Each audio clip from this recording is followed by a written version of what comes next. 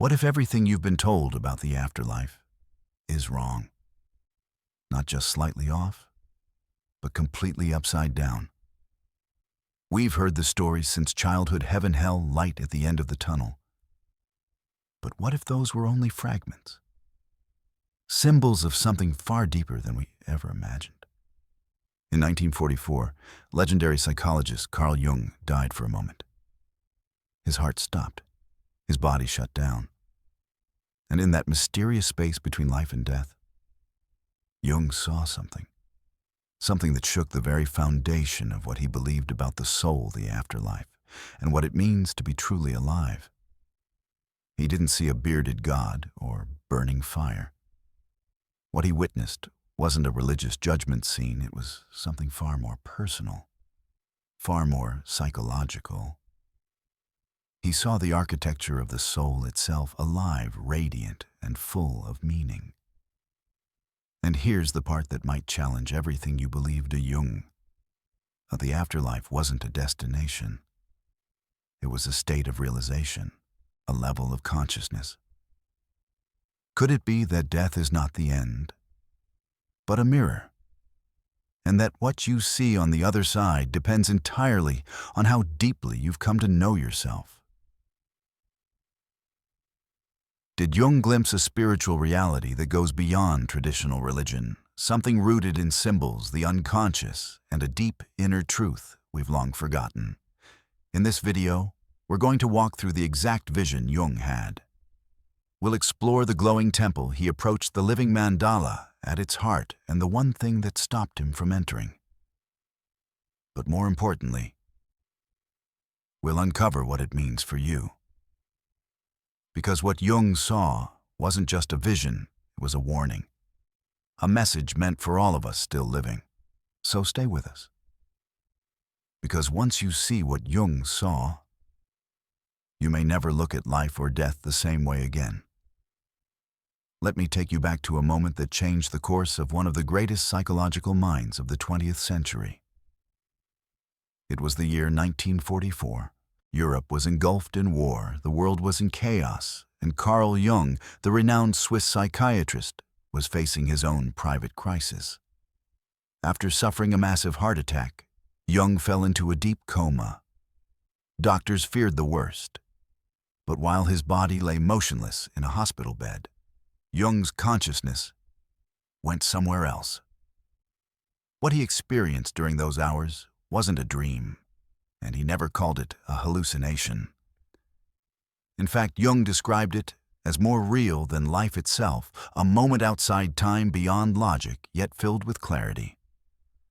A moment that would shake the foundations of everything he thought he knew about life, death, and the soul. As he slipped into unconsciousness, Jung said he felt himself rising, leaving his physical body behind. And not just floating above the hospital room. No, this was something far greater. He ascended beyond the earth. He described looking down at the planet from space, watching it spin in silence. There were no emotions, no fears, no thoughts of identity. In that moment, Jung was not Carl Jung the doctor or Carl Jung the thinker. He wasn't anyone. He just was. The ego had vanished. He felt what he called a profound peace, like a return to some primal state of being. There was no judgment, no timeline, no attachment. Just awareness. Deep, still, and pure. And then, he saw it. Far ahead of him, suspended in the vastness of this cosmic space, was a glowing temple. Not made of bricks or stone, but of light. Radiant, sacred, alive. It wasn't just beautiful. It was magnetic. Jung felt himself drawn to it, like a pull from something ancient and familiar. As he approached, he knew this place held truth. Deep truth. Not religious dogma or philosophical theory, but something more essential.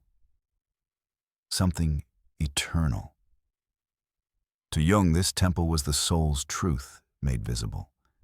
He later described it as a symbol of divine knowledge, a place of origin and return. the center of the self, the true self, beyond ego and persona. But just as he reached the threshold, something stopped him. He wasn't allowed to enter. A voice, or maybe a presence, told him clearly and unmistakably, "It is not yet time." And just like that, everything faded. He was pulled back to the hospital bed, back to pain, back to his name, his age, his body. The ego returned. The earthly noise returned. But something inside him had changed forever. Now, pause for a second and think about that. One of the most brilliant minds of the last century, who spent his life studying dreams, symbols, and the unconscious, was granted a glimpse of something beyond the veil. And what he saw wasn't a throne room or judgment day or clouds full of angels. No. He saw a temple of light. He saw the earth from afar. He saw himself, without ego. And that temple that was no hallucination. Jung knew symbols better than anyone, and he understood their power. This wasn't fiction. It was archetype.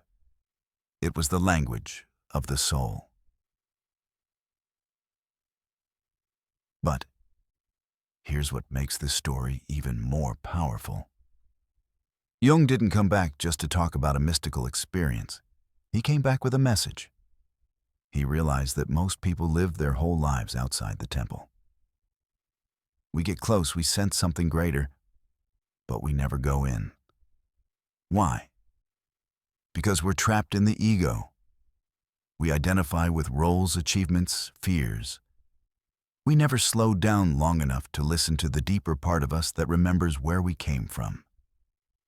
And in that moment when Jung stood before the temple and heard "it is not yet time," he understood. The temple isn't a place we go to after death. It's something we build toward in life. But most of us never start the journey.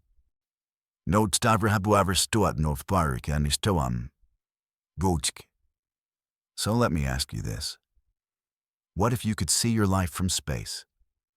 What if all your daily worries, your job, your image, your pride suddenly fell away? What would remain? Jung saw what remains when everything else fades: the soul's truth. Not what you do, but what you are at the core. And perhaps the greatest tragedy isn't death itself. It's reaching the edge of life and realizing you never entered your temple. And this is only the beginning of Jung's vision. Because what he saw inside that temple before he was pulled back was even more profound. But even this first part holds a mirror up to all of us. Are you living from your center, or are you chasing illusions that vanish the moment you stop?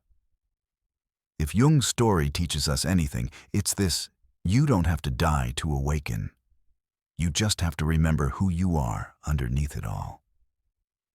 So stay with us, because next we'll explore what Jung saw at the center of that temple, a symbol so alive, so powerful, it revealed the very structure of the soul. And once you see it, you might just begin your journey inward. As Carl Jung hovered at the threshold of that radiant temple, what he believed to be the seed of eternal truth, his attention was pulled towards something in the very center. Not a figure, not a god, but a symbol. Glowing, symmetrical, alive. Jung called it a living mandala. Now, if you've ever seen a mandala before, perhaps in Tibetan art or in spiritual meditation guides, you'll know it's a circular design, often incredibly intricate, with patterns that seem to spiral both inward and outward. But what Jung saw wasn't a painting. It wasn't an idea. It was moving, radiating, breathing. He described it as more real than anything I've experienced in ordinary life. Let that sink in. Here was a man who had spent decades studying human consciousness. He had guided patients through their darkest shadows, interpreted thousands of dreams, and mapped the terrain of the psyche like no one else. And yet, in this moment beyond death, he encountered something that made all of that seem like a prologue. So what was this mandala? Why was it at the center of the temple? And what did it mean? Jung instantly recognized it as the most sacred symbol of all the soul. You see, for Jung, the mandala was never just decoration or religious art. He saw it as a universal archetype, something that emerges spontaneously from the human psyche, especially during moments of deep transformation or crisis.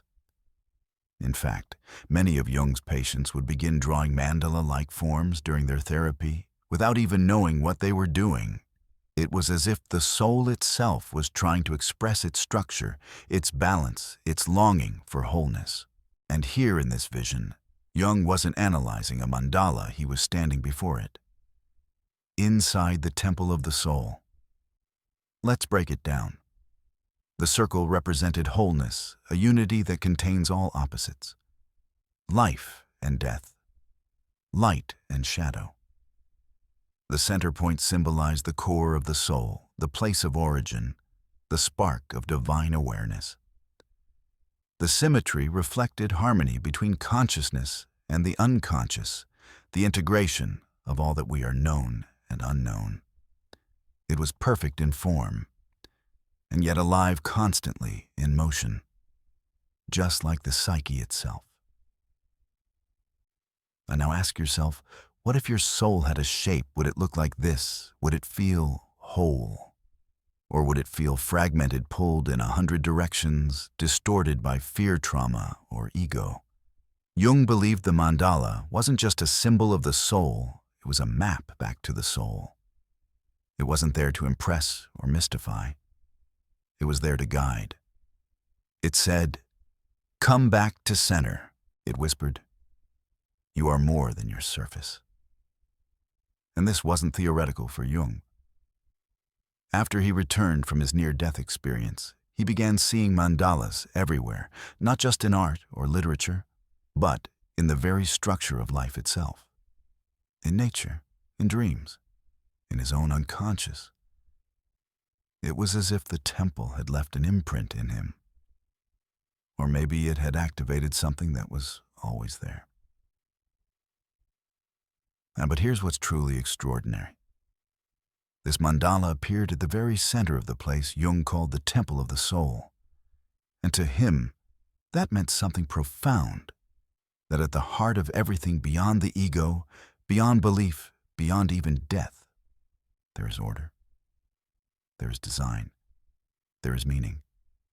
Not imposed from the outside, but emerging from within. The mandala wasn't proof of a deity or dogma. It was the geometry of the soul itself. And Jung's message was this: you don't have to wait for a near-death experience to see it.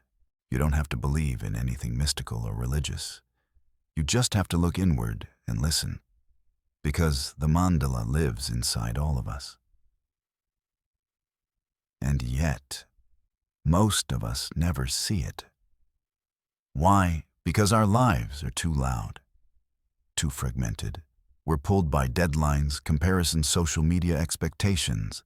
Our inner world becomes background noise. And slowly the mandala, the self, gets buried beneath all the roles we play. But Jung believed this symbol never disappears. It waits, patiently. And in moments of silence, of suffering, of deep self-reflection, it begins to emerge again. Like a dream you forgot but suddenly remember. Like a light in the center of your being. Ausgast, daster. So let me ask you again. What if the afterlife isn't a place, but a pattern? What if death simply reveals the shape of your soul, the clarity or chaos you've built within? And what if that mandala is your compass? Jung didn't tell this story to impress anyone. He shared it because he knew we were forgetting. Forgetting our center. Forgetting the path inward. Forgetting that the soul doesn't need to be found, it needs to be remembered. And if you're watching this right now, maybe your soul is already whispering. As Carl Jung stepped back from the edge of death and returned to his physical body, he didn't just come back with awe or comfort.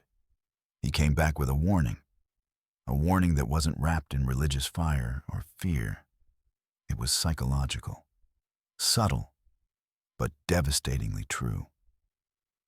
Because what he saw beyond the temple, beyond the light, wasn't just about the afterlife.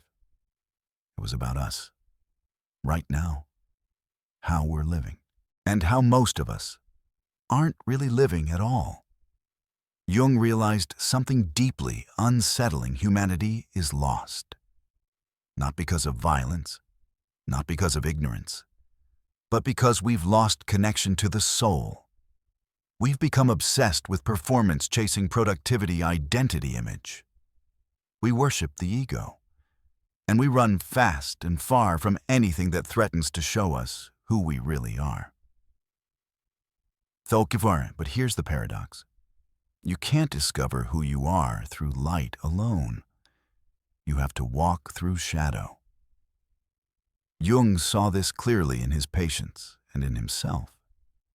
Every breakthrough, every real healing happened only when someone stopped pretending and started facing their unconscious. He called it the shadow, the hidden part of you that contains everything you don't want to look at.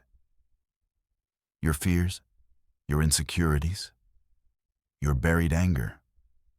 The guilt, the jealousy, the vulnerability you pretend isn't there. But here's the secret Jung uncovered. The shadow isn't your enemy. It's your doorway. He said it best, one does not become enlightened by imagining figures of light, but by making the darkness conscious. Let that sink in, not by staying positive, not by visualizing peace, but by becoming conscious of what's hiding inside. Now think about that for a second. We live in a world that tells us to always smile, always shine, always look like we have it together. But Jung warned this addiction to light is actually spiritual bypassing. It makes us shallow, unrooted, false. Because you can't be whole if half of you is being denied.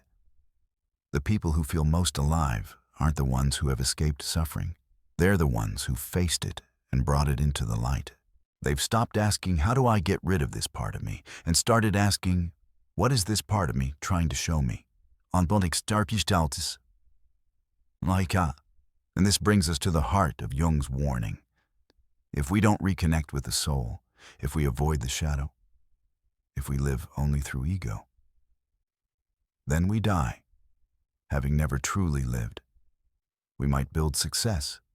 We might collect achievements. We might even be admired. But inside we're hollow. And when death finally comes, we find ourselves standing before the temple, unable to enter. Because the soul doesn't care how many titles you held. It cares how deeply you knew yourself. That's the message Jung brought back. And it's not a message of fear, it's a message of awakening.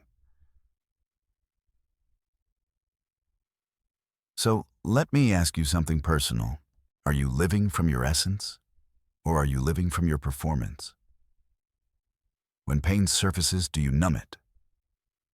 Or listen to it? When a relationship triggers you, do you blame or reflect?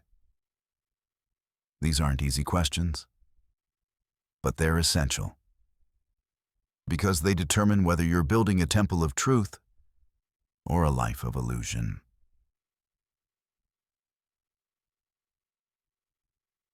Now, here's something Jung didn't always say out loud, but it was embedded in everything he taught. Spiritual growth is not comfortable. It's not quick. It's not clean. It's messy, raw, humbling, but it's also real, and it's the only way to truly live. Because when you finally turn inward and face the shadow, you don't lose yourself. You find your wholeness.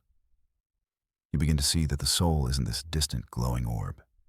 It's you integrated, alive, awake, And suddenly death is no longer a threat. It becomes a continuation, not an ending, but a mirror, reflecting who you've become on the inside.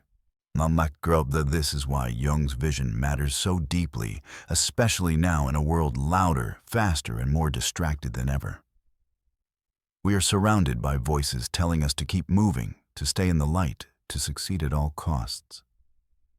But the soul, it whispers. And if we're not listening, we're drifting further and further from our center. So maybe this is the moment to pause, to stop chasing who we think we should be, and start remembering who we truly are. Because the temple isn't out there, it's within, but only if we're willing to enter through the shadow. Look around you. We live in a world that celebrates speed, efficiency, and output. Every day we're told to move faster, do more, and be seen doing it. We chase achievements like trophies. We obsess over metrics, likes, shares, followers. And we build our identities not from who we truly are, but from how we appear. It's a system that rewards noise, but punishes stillness. That glorifies the polished image, but forgets the soul underneath. And what's the cost? More than ever before, people are feeling empty, disconnected from purpose, from others, from themselves. Rates of anxiety and depression are climbing. Burnout is worn like a badge of honor. And beneath the curated surface, millions feel like they're quietly unraveling. Carl Jung saw this coming, not because he was a prophet, but because he understood human nature. He knew that when the outer world becomes too loud, the inner world begins to starve.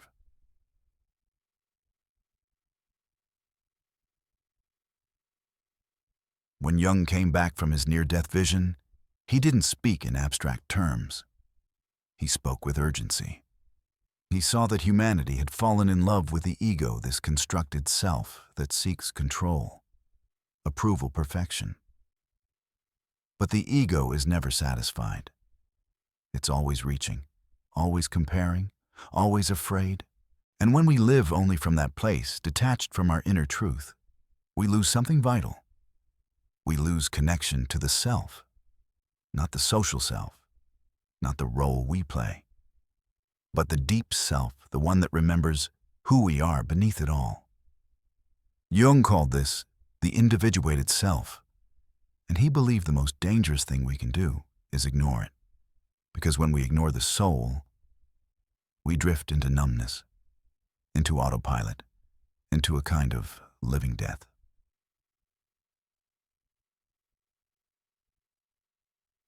And this isn't just philosophy. You can see it everywhere. How many people spend years climbing the ladder of success only to get to the top and feel completely hollow? How many of us fill our schedules but not our hearts? How many chase the dream only to wake up in the middle of the night and whisper, "Is this all there is?" These are not small questions. They are soul-level questions. And if we don't ask them, if we don't pause long enough to feel them, we risk becoming shadows of ourselves. For this is why Jung's vision matters more than ever. He didn't return to tell us about heaven or hell. He came back with a message far more personal. Don't wait for crisis to remember who you are. You don't need a near-death experience to wake up. But you do need to stop living only on the surface.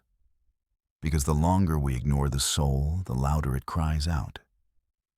And those cries, they show up as anxiety, as depression, as feeling lost even when your life looks successful on the outside. Jung once wrote, "Who looks outside dreams, who looks inside awakens." It's one of his most famous quotes, and for good reason. Because it speaks to the real path forward. Not outward, not upward, but inward. So how do we begin? Start by listening. Not to the world, but to yourself. Create moments of stillness. Notice what makes your energy rise and what drains it.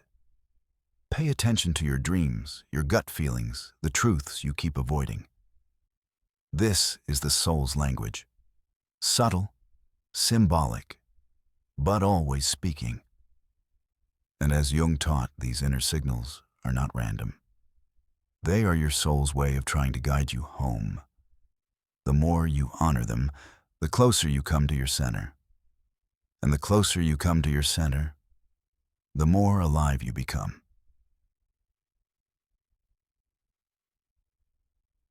But this isn't easy work.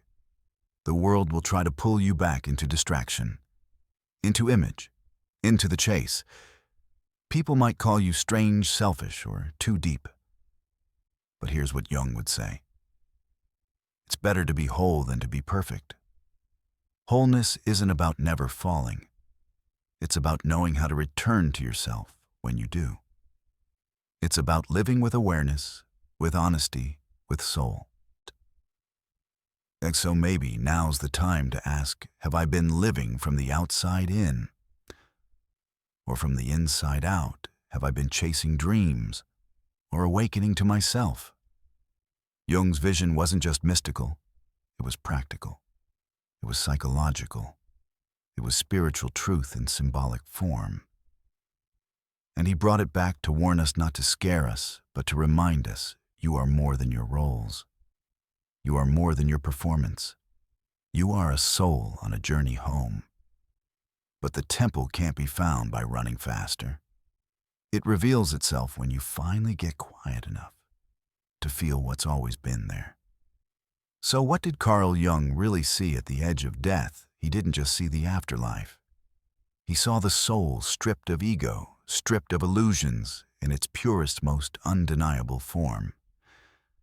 And what shook him wasn't death itself, but how many people will die without ever truly living? Because let's be honest, most of us are caught in a loop. We wake up, check our phones, chase deadlines, chase image chase, what we think will finally make us feel whole. But Jung's message was clear. You can't find the soul by going faster. You find it by going deeper. He saw that humanity isn't doomed by destruction, but by disconnection. Disconnected from ourselves, from our inner voice, from the truth we quietly bury under performance and perfectionism. And in that temple of light, with a living mandala at its center, Jung realized something timeless. The afterlife isn't a distant realm. It's a reflection of how you've lived your inner life. It's a mirror one that reveals whether you ever truly came home to yourself. So, if even one part of Jung's vision resonated with you, even just a flicker of recognition, a moment of stillness, a whisper within you that said, "This feels true," then maybe your soul is already stirring. Maybe it's been calling out for a while now, and maybe this is the moment you finally decide to answer. Don't wait for a crisis to remember who you are.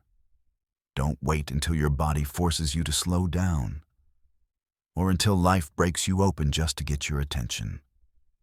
Because the soul doesn't scream. It waits.